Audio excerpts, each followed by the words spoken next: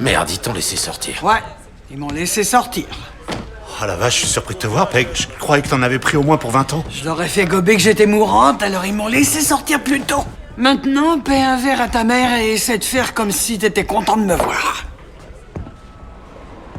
Peggy est la personne que Frank redoute le plus. Dès l'instant où ils se sont retrouvés face à face, il a compris que ses jours tranquilles étaient comptés. Peggy s'est rendue à la banque pour retirer de l'argent. L'argent sur le compte avait disparu depuis longtemps. Espèce d'enfoiré. Elle savait parfaitement qui était derrière tout ça. Elle a ensuite emprunté la voiture de Frank, s'est déguisée en patiente, et s'est faufilée discrètement dans l'hôpital. Elle a directement annoncé ses intentions, exigeant qu'il lui rende l'argent. Sinon les conséquences seraient désastreuses. L'homme a accepté de rembourser, mais a dit qu'il lui fallait du temps pour réunir la somme. Peggy lui a donné jusqu'au lendemain, pour éviter qu'il ne revienne sur sa parole. Peggy a préparé un plan de secours à l'avance. Elle a chargé Frank de trouver 2 personnes. Tu veux kidnapper ses enfants? Mais t'es complètement timbré. Tu vas te faire coffrer, oui. C'est un crime, tu vois pas? Putain, parle pas si fort. Profitant que Peggy était occupée ailleurs, Frank s'est rendu seul à l'hôpital, voulant récupérer l'argent du médecin avant elle. Elle m'a donné jusqu'à demain. Oh, je suis pas sûr que t'aies envie d'attendre parce qu'elle est sur le point de kidnapper tes gosses. Mais le médecin ne croyait pas un mot de ce qu'il disait. Non, sérieux, Doc. Je crois que tu te rends pas bien compte à qui t'as affaire. Tu te trompes. Je sais très bien à qui j'ai affaire.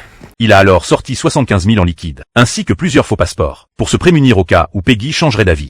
Pas si mal pour une journée de boulot. Donne-moi le reste de l'argent.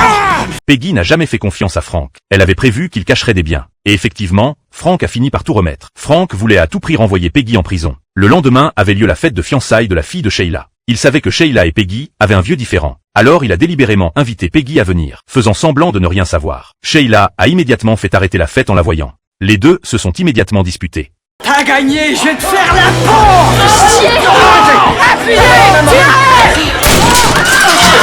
Oh mon Dieu! Il y a une femme avec un flingue allée à un mariage et elle tire sur les invités! La police est rapidement arrivée sur place. Frank pensait que son plan allait aboutir. Mais au tout dernier moment, Fiona a fait intervenir un ami policier pour calmer la situation. Frank a paniqué sur le coup. Non! Non! Non! Non, non!